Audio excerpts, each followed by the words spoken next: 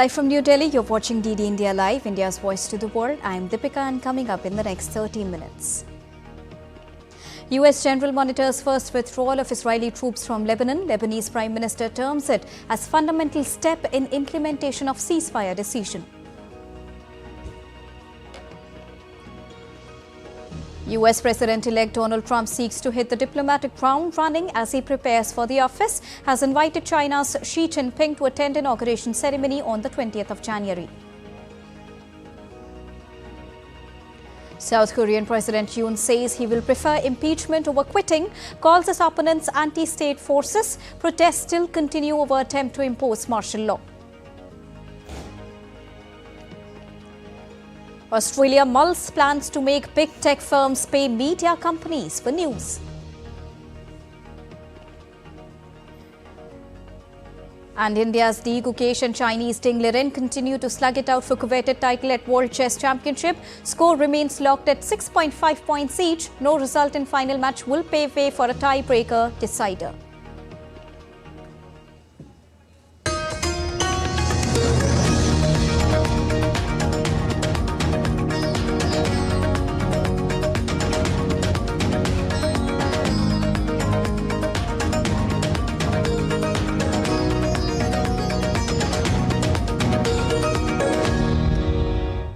Good afternoon to all our viewers. Those were the top headlines, and now let's begin with the top update. Israeli forces conducted a forced withdrawal from a town in South Lebanon and were replaced by the Lebanese military under a ceasefire deal which came into effect on the 27th of November, though both the sides have accused the other of repeated violations. As part of the agreement, the Lebanese army and United Nations peacekeepers will deploy in southern Lebanon as the Israeli army withdraws over a period of 60 days. Hezbollah is also meant to withdraw its forces north of the Litani River, about 30 kilometers from the border, and dismantle its military infrastructure in southern Lebanon. Lebanese Prime Minister Najib Mikati hailed the development and said that the stationing of its troops represents a fundamental step towards strengthening the army's deployment in the south and in implementation of the ceasefire decision. The United Nations General Assembly on Wednesday adopted a resolution calling for an immediate and unconditional ceasefire in Gaza. The resolution was adopted by a vote of 158 to 9, with 13 abstentions, with the United States and Israel among those who rejected. The General Assembly often finds itself taking up measures that cannot get through the Security Council, which has been largely paralyzed on hot-button issues such as Gaza and Ukraine due to internal politics, and this time this is no different. Now, Washington has insisted on the idea of making a ceasefire conditional on the release of all hostages in Gaza, saying otherwise that Hamas has no incentive to free those in captivity. Deputy U.S. Ambassador Robert Wood repeated that position on Wednesday, saying it would be shameful and wrong to adopt the text. The messages we send to the world through these resolutions matter, and both of these resolutions have significant problems. One rewards Hamas and downplays the need to release the hostages, and the other denigrates Israel without providing a path forward to increasing humanitarian assistance to Palestinian civilians. Ahead of the vote, Israel's UN envoy Danny Danon said that this vote is not a vote for compassion but a vote for complicity. Voting for these resolutions, you are not voting to protect humanitarian values, but to protect an organization that has become a haven for terror. You vote for the resolutions knowing the truth, knowing that UNRWA is not a neutral actor, but an entity hopelessly infiltrated by Hamas. Now, dozens of representatives of UN member states addressed the assembly before the vote to offer their support to the Palestinians. Palestinian UN Ambassador Riyad Mansour said that Gaza today is the bleeding heart of Palestine. Gaza today is the bleeding heart of Palestine and open, painful wound for the human family. Stop the bleeding and restore life in Gaza so it can be once again the beating heart of Palestine. Stop the bleeding so we can restore credibility to our international system, so we can ensure it for future generations, so our people can live, so our region can thrive, so that international peace and security can be preserved. A second resolution calling on Israel to respect the mandate of the UN agency supporting Palestinian refugees, UNRWA, and allow it to continue its operation was passed on Wednesday by a vote of 159:9 with 11 abstentions. Israel has voted to ban the organization starting the 28th of January after accusing some UNRWA employees of taking part in Hamas's devastating attack.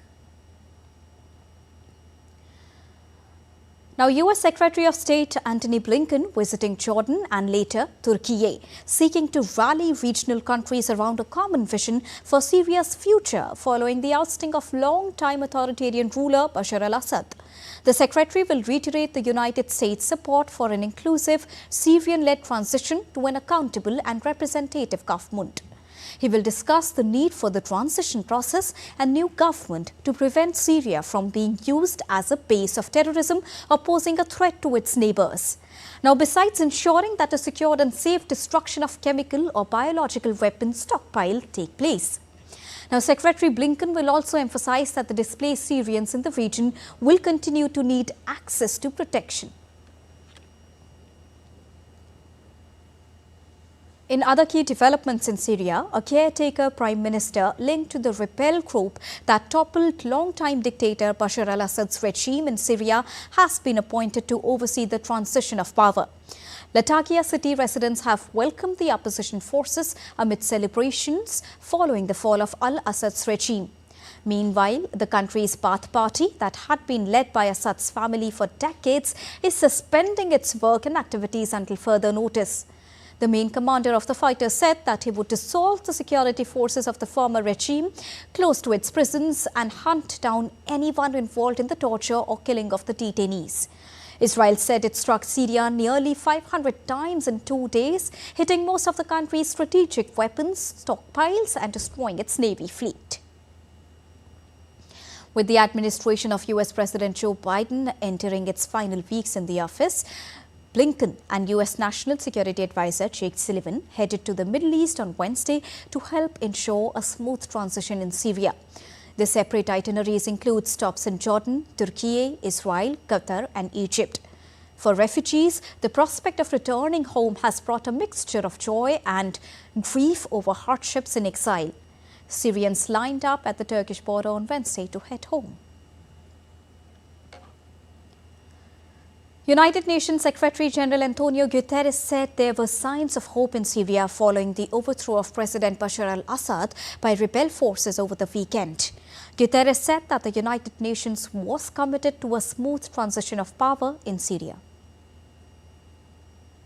As we speak, we are witnessing the reshaping of the Middle East, with the changes in the correlation of forces among the key regional actors, with the immense tragedy of the Palestinian people, whose right for self-determination and whose right to have their own state must be constantly reaffirmed.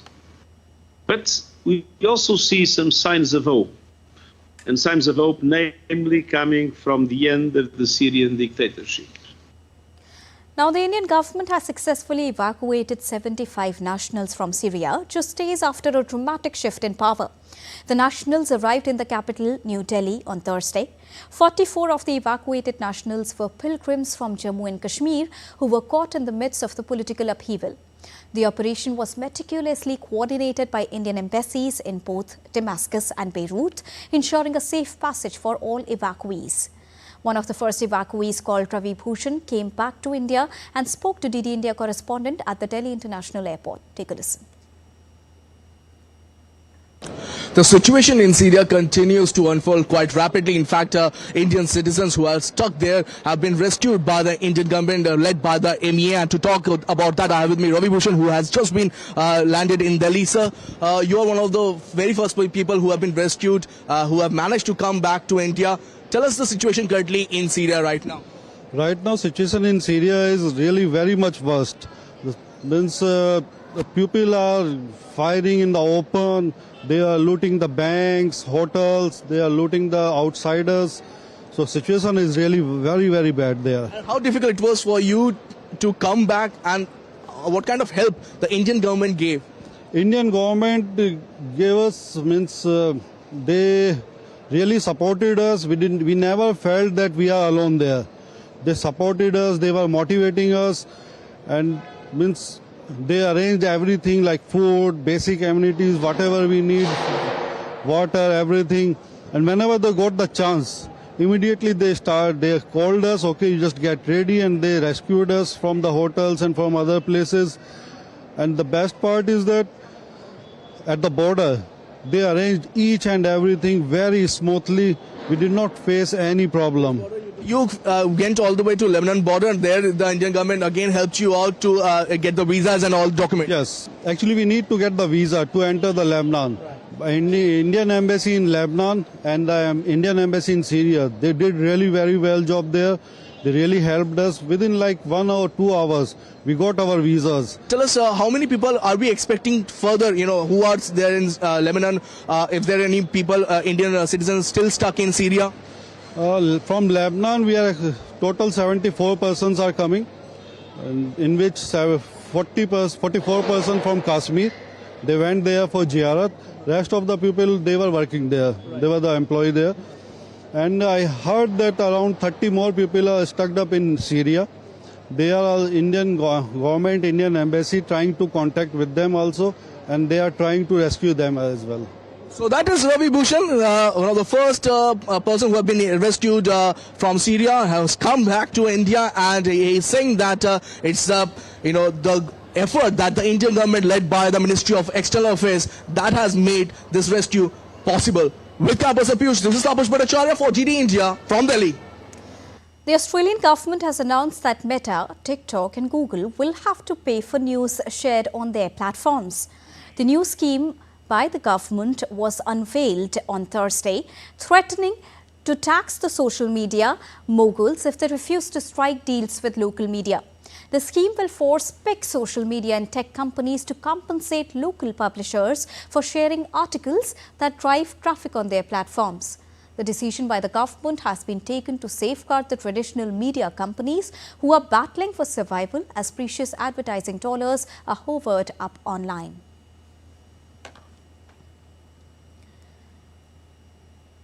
In a televised speech on Thursday, South Korean President Yoon vowed to fight with the people until the very last minute as he faces an impeachment vote on Saturday.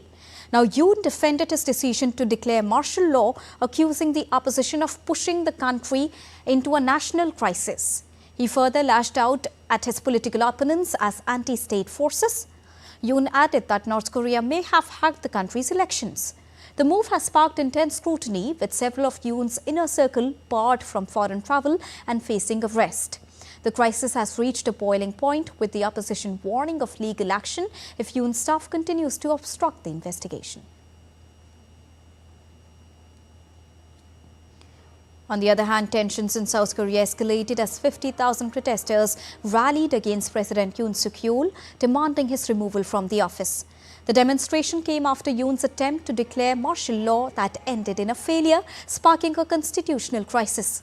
Police attempted to search the presidential office, investigating Yoon and the top officials. The country teeters on the brink of chaos as Yoon's presidency hangs in balance. On the other hand, in South Korea's National Assembly, 200 votes are required to impeach President Yoon Suk-yeol.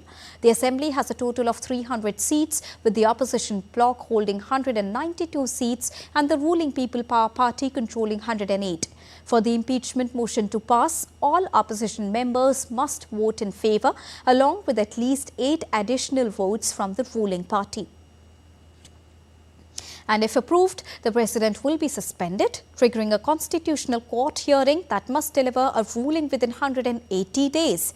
If 6 out of 9 judges support impeachment, the president will be removed from the office, prompting a new election within 60 days. The situation intensifies as both sides prepare for this crucial vote.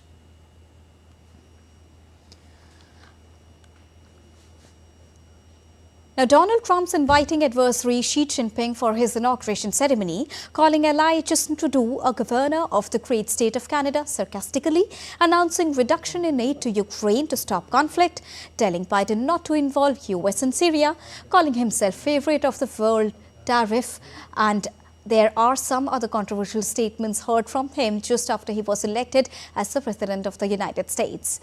Watch this report by DD India's Akhilesh Suman on what are all of Trump's announcement that put the concerned nations and the world in panic, as US still the largest economy in the world and also the most sought-after market for the exporting countries. Donald Trump's second presidential term. Trade and tariffs. 100% on Chinese goods. 25% on Mexican and Canadian imports if border security is not enhanced. Plans to phase out imports of electronics, steel and pharmaceuticals from China over 4 years. Tariff hikes on the European Union and 200% tariffs on some imported cars, especially from Mexico. Immigration policy. Reinstatement of border restrictions and the largest deportation efforts in US history. Ending automatic citizenship for children born to immigrants. Terminating protected legal status for some immigrant groups while negotiating protection for dreamers.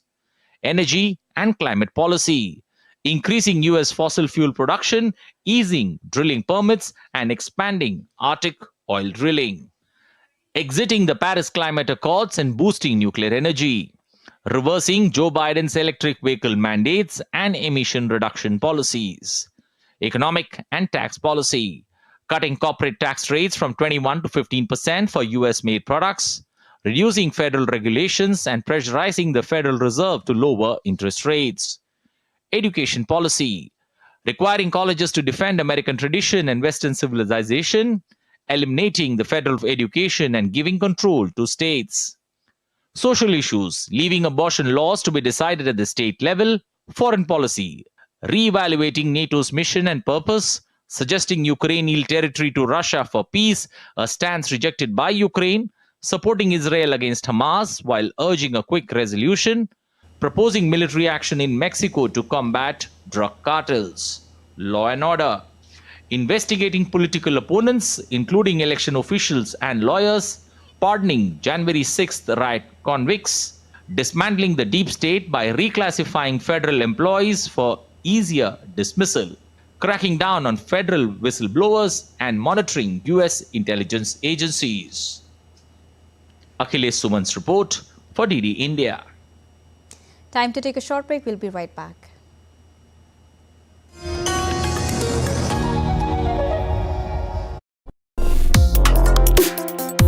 Complex issues, hidden agendas, twists and turns, strategic games. We think all dots are linked. We just need to connect them. Join me every week as I connect the dots to unravel hidden designs in statecraft, mysteries, and decode issues that matter to you. Watch Connecting the Dots with me at these times on DD India.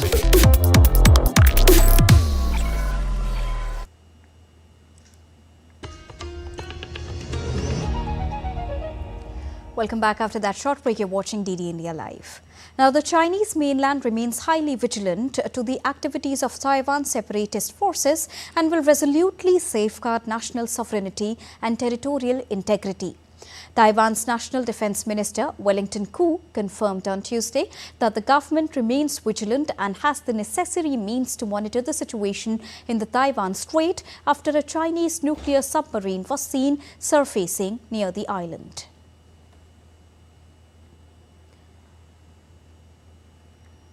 In Sri Lanka, principal opposition party, the Samagi Jana Balavigaya, has hinted at the possibility of filing a no-confidence motion against the Speaker, Ashoka Ranwala.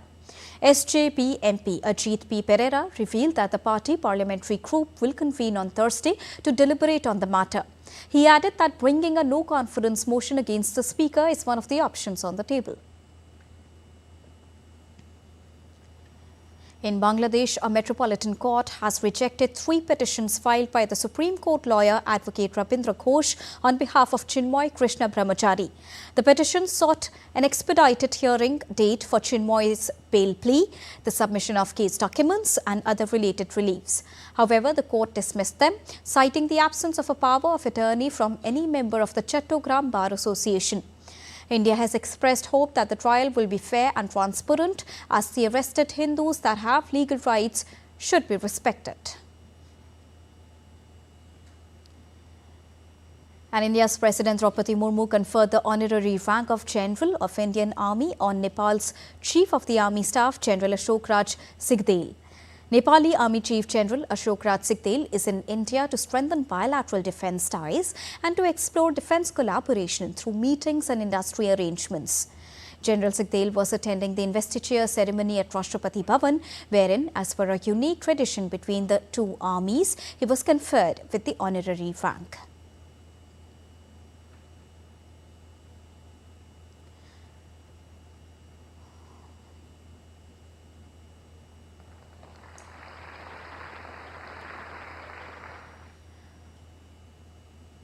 Portugal's Minister of Foreign Affairs, Paulo Rangel, has arrived in Delhi for a 4-day visit from the 12th till the 15th of December. Now, his visit marks another step in the growing ties between India and Portugal, which have gained momentum through high-level exchanges and collaborative initiatives in recent years. The India-Portugal multifaceted ties will enter its 50th year in 2025.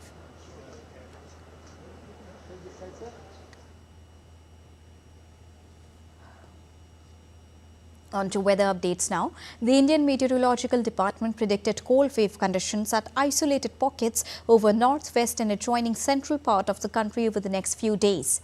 The Met Department noted that cold wave conditions were observed in isolated pockets over Jammu and Kashmir, Ladakh, Himachal Pradesh, Punjab, Rajasthan and Madhya Pradesh. Also, chilly winds on Wednesday marked the arrival of cold wave conditions in the national capital, with the IMD issuing a yellow alert, warning of similar cold wave conditions for the next 2 more days.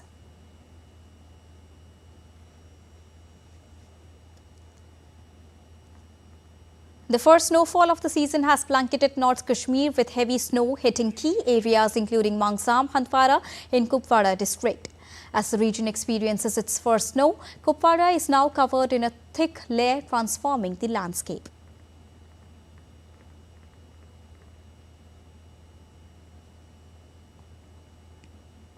The Indian Meteorological Department has alerted that southern states of Tamil Nadu and Andhra Pradesh are set to experience heavy rainfall due to significant low-pressure area hovering over the southwest and adjoining southeast Bay of Bengal.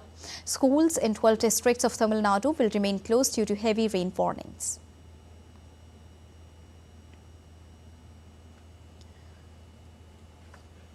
The Thai Meteorological Department reported a drop in temperature in the northern, eastern and central regions, including Bangkok and its peripherals, from today until next Tuesday. Due to the intensification of the northeastern monsoon, the southern region will see heavy to very heavy rainfall from tomorrow until Sunday.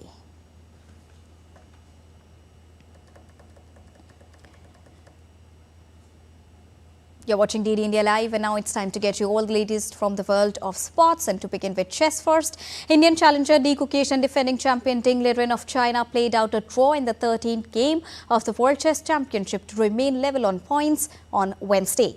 Now, the drawn match left Di Gukesh and Ding Liren on an identical tally of 6.5 points each, still shy of 1 point in order to win the championship.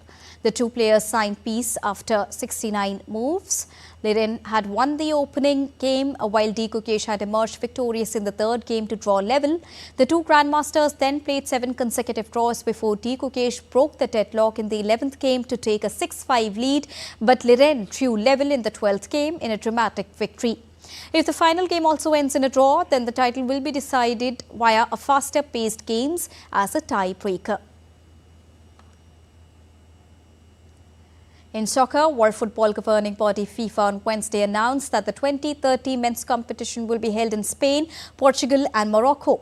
The 2030 World Cup takes place across 3 continents and 6 nations, with one-off matches in Uruguay, Argentina and Paraguay hosting celebratory games to mark the tournament's centenary.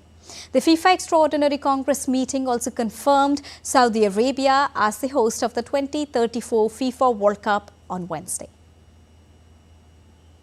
It is a great pleasure that I can confirm that the host of the FIFA World Cup 2034 will be Saudi Arabia.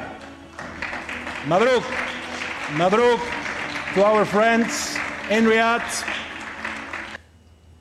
Jubilant soccer fans jumped up and down and cheered in Riyadh on Wednesday as Saudi Arabia was confirmed as the host of the 2034 Football World Cup. Saudi Arabia will become the second Middle Eastern nation to host the tournament after Qatar staged the tournament back in the year 2022. Moving on, Brazil's Iguazu Falls walkway reopened to the public on the 11th of December after being closed due to the high water flow from recent heavy rains. On the 10th of December, the water volume surged to 8.15 million litres per second, over 5 times the usual average. Tourists expressed surprise and awe at the dramatic increase in water volume, with some describing it as the most impressive they had seen in years.